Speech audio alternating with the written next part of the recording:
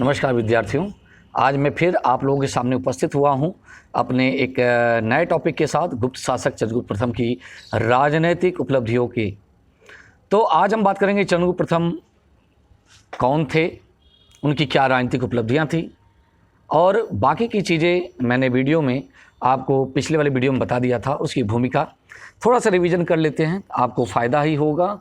और क्योंकि ये भूमिका ऐसी है कि आप जब कभी भी समुद्रगुप्त को लिखेंगे, स्कंदगुप्त को लिखेंगे, तो यही भूमिका आपको देना है कि गुप्त वंश का संक्षिप्त परिचय क्या था।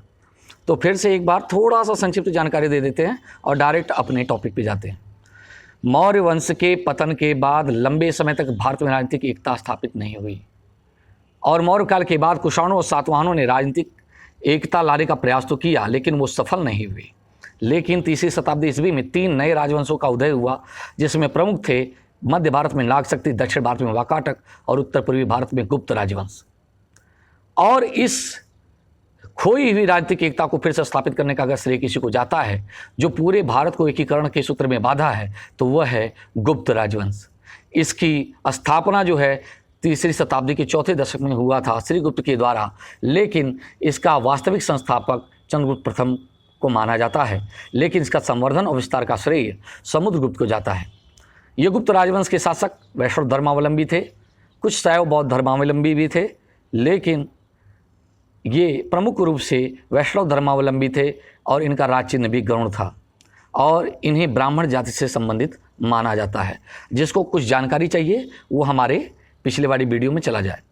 और इनकी राजधानी मुख्य रूप से पुष्पपुर अर्थात पाटलिपुत्र थी।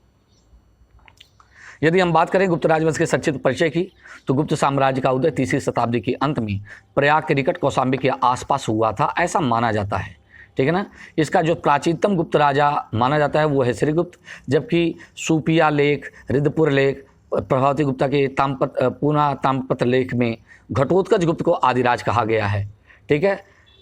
और इसके बाद घटोत्कच गुप्त का पुत्र और उत्तराधिकारी चंद्रगुप्त प्रथम अगला शासक बनता है। यह प्रारंभिक गुप्त शासकों में सर्वाधिक शक्तिशाली था। राज्यारोहण के बाद इसने अपनी महत्ता को सूचित करने के लिए अपने पूर्वजों के विपरीत महाराजाधिराज की उपाधि धारण की थी। चंद्रगुप्त गुप्त वंशावली में पहला ऐसा स्वतंत्र शासक था, इसीलिए उसने महाराजाधिराज की उपाधि धारण की। बाद में उसने लिच्छवियों को अपने साम्राज्य में भी मिला लिया था। इसका शासनकाल 319 से 335 ईस्वी तक स्वीकार किया जाता है। कुछ किताबों में 320 से 385 लिखा हुआ है, लेकिन सही जो है 319 से लेकर के 335 ईस्वी तक। हेमचंद्र राय चौधरी के अनुसार इसने अपने महान पूर्ववर्ती शासक बिंबिसार की भांति चंद्रगुप्त प्रथम ने वैवाहिक संबंधों के आधार पर यानी लिच्छवी राजकुमारी कुमार देवी के साथ विवाह करके द्वितीय मगध साम्राज्य की स्थापना की। राय चौधरी के अनुसार चंद्रगुप्त प्रथम ने कौशाम्बी कौशल के महाराजाओं को जीतकर अपने राज्य में मिलाया और अपने साम्राज्य की राजधानी पाटलिपुत्र अर्थात पुष्पपुर में स्थापित की। इसके कई पुत्र थे, लेकिन उसमें सर्वाधिक प्रभावशाली और शक्तिशाली समुद्रगुप्त था। इसकी पत्नी का नाम कुमार देवी था, जो कि लिच्छवी गणराज्य थी, और कुछ विद्वान कांच को भी इसी का पुत्र स्वीकार करते हैं। अब अगर हम बात करें चंद्रगुप्त प्रथम के राजनीतिक उपलब्धियों के विषय में, तो वो इस प्रकार से है। और स्रोत के बारे में जानकारी तो पिछले वाले वीडियो में दे दिया है, आप लोग वहाँ से देख लीजिएगा। और मुख्य स्रोतों के अंतर्गत आप देवी चंद्रगुप्तम को रख सकते हैं, विशाख दत्त का देवी चंद्रगुप्तम, विष्णु पुराण, भविष्य पुराण, कुमार देवी और चंद्रगुप्त और कुमार देवी प्रकार का सिक्का इसके प्रमुख सोर्सेज के अंतर्गत रखे जा सकते हैं। तो पहली हेडिंग है लिच्छवियों के साथ वैवाहिक संबंध स्थापित करना। चंद्रगुप्त के शासनकाल की सबसे महत्वपूर्ण अगर कोई घटना थी तो वो थी गुप्तों और लिच्छवियों के साथ वैवाहिक संबंध की स्थापना। चंद्रगुप्त एक दूरदर्शी सम्राट था और लिच्छवियों का सहयोग और समर्थन प्राप्त करने के लिए उसने उनकी राजकुमारी कुमार देवी के साथ विवाह कर लिया और इसके लिए उसने एक सिक्का जारी किया, स्वर्ण सिक्का, जिसमें चंद्रगुप्त और कुमार देवी की आकृति और उनके नाम अंकित हैं। और इसके अलावा उसके पृष्ठभाग पर सिंह वाहिनी देवी के साथ साथ मुद्रा लेख लिच्छवयः उत्कीर्ण है। समुद्रगुप्त के प्रयाग अभिलेख में उसे लिच्छवी दौहित्र कहा गया है। इतिहासकार इसमें की धारणा है कि इस वैवाहिक संबंध के फलस्वरूप चंद्रगुप्त ने लिच्छवियों का राज्य प्राप्त कर लिया था और मगध एवं उसके समीपवर्ती क्षेत्र का सार्वभौम शासक बन बैठा। यदि बात करें लिच्छवियों से संबंध के परिणाम की, तो इस वैवाहिक संबंध के ऊपर टिप्पणी करते हुए हेमचंद्र राय चौधरी, पिछली बात फिर से रिपीट करता हूं कि इसने अपने महान पूर्ववर्ती शासक बिंबिसार की भांति चंद्रगुप्त ने लिच्छवी राजकुमारी कुमार देवी के साथ विवाह करके द्वितीय मगध साम्राज्य की स्थापना की थी। यह सोचना सर्वथा तर्कसंगत लगता है कि इस विवाह के बाद ही चंद्रगुप्त ने महाराजाधिराज की उपाधि ग्रहण की होगी। इसी विवाह की स्मृति में उसने राजा रानी प्रकार के सिक्कों को चढ़वाया होगा। और यहाँ ये उल्लेखनीय है कि लिच्छवी राज्य आर्थिक दृष्टि से अत्यंत समृद्ध थे। उसमें बहुमूल्य रत्नों की खान थी। बुद्धघोष की टीका सुमंगल विलासनी से ज्ञात होता है कि 5वीं शताब्दी ईसा पूर्व में मगध नरेश अजातशत्रु का लिच्छवियों के साथ जो संघर्ष हुआ था वो रत्नों की खान पर नियंत्रण स्थापित करने के लिए ही हुआ था। दूसरी चीज जो है अगली हेडिंग है वो गुप्त संवत की स्थापना। चंद्रगुप्त प्रथम को इतिहास में एक नए संवत के प्रवर्तन का श्रेय दिया जाता है, वो है गुप्त संवत। प्लेट की गणना के अनुसार इस संवत का प्रचलन 319 या 20 ईस्वी में किया गया था। चंद्रगुप्त द्वितीय की शासनावधि अगर माने तो 375 ईस्वी से 414 ईस्वी पड़ती है। उसने शकों का उन्मूलन किया था। शकों की अंतिम तिथि भी 304 है, ठीक है ना, 304 ईस्वी मानी जाती है, तो जो उनके सिक्कों पर अंकित है। अब अगर 304 में अगर 78 जोड़ दें तो 382 ईस्वी के आसपास लगता है कि इसने शकों का उन्मूलन किया होगा। इस प्रकार से यह चंद्रगुप्त द्वितीय के शासनकाल में ही पड़ती है। तो और इसके अलावा यह भी कहा जा सकता है कि गुप्त संवत का प्रारंभ 319 ईस्वी में हुआ था। और इसकी पुष्टि अलबर्नी के इस कथन से भी होती है कि गुप्त संवत तथा शक संवत के बीच 241 वर्षों का अंतर था। तो जोड़ लीजिए, 78 में 241 अगर जोड़ते हैं तो 319 ही आएगा। और अलबर्नी की पुस्तक का नाम क्या है? तहकीक उल हिंद। अगर हम बात करें तो अगली हेडिंग है महाराजाधिराज की उपाधि धारण करने वाला पहला गुप्त शासक। राज्यारोहण के बाद उसने अपनी महत्ता को सूचित करने के लिए अपने पूर्वजों के विपरीत महाराजाधिराज की उपाधि ग्रहण की थी। चंद्रगुप्त गुप्त वंशावली में पहला ऐसा स्वतंत्र शासक था। इसने महाराजा उपाधि धारण की थी। प्रारंभिक गुप्त शासक श्रीगुप्त और घटोत्कच गुप्त के समय में महाराज की उपाधि, अगर प्रारंभिक गुप्त शासकों की बात करें तो श्रीगुप्त घटोत्कच गुप्त ने उस समय महाराज की उपाधि धारण की थी। ऐसा लगता है कि वो छोटे छोटे राज्य के शासक या सामंत की उपाधि रही होगी। लिच्छवियों के साथ संबंध स्थापित करते ही वह उत्तर भारत के एक बड़े हिस्से का अधिपति बन गया। कौन? चंद्रगुप्त प्रथम। तथा अपने प्रभाव और महत्व को स्पष्ट करने के लिए महाराज की पदवी त्याग करके महाराजाधिराज की उपाधि धारण कर लिया। अगला चीज है राजा रानी प्रकार के स्मारक स्वर्ण सिक्के का प्रचलन करता। चंद्रगुप्त प्रथम द्वारा जारी स्वर्ण सिक्के, जिन्हें चंद्रगुप्त कुमार देवी प्रकार, लिच्छवी प्रकार, राजा रानी प्रकार, विवाह प्रकार आदि विभिन्न नामों से जाना जाता है। इस प्रकार के लगभग 25 सिक्के गांजीपुर, टांडा, फैजाबाद यानी मथुरा, वाराणसी, अयोध्या, सीतापुर और बयाना से प्राप्त किए गए हैं। सिक्कों के मुख भाग पर पहले ही बता दिया हूँ चंद्रगुप्त कुमार देवी की आकृति है, उनका नाम लिखा हुआ है, और पृष्ठ भाग में सिंह वाहिनी माँ दुर्गा की आकृति और मुद्रा लेखन लिच्छवय उत्कीर्ण है।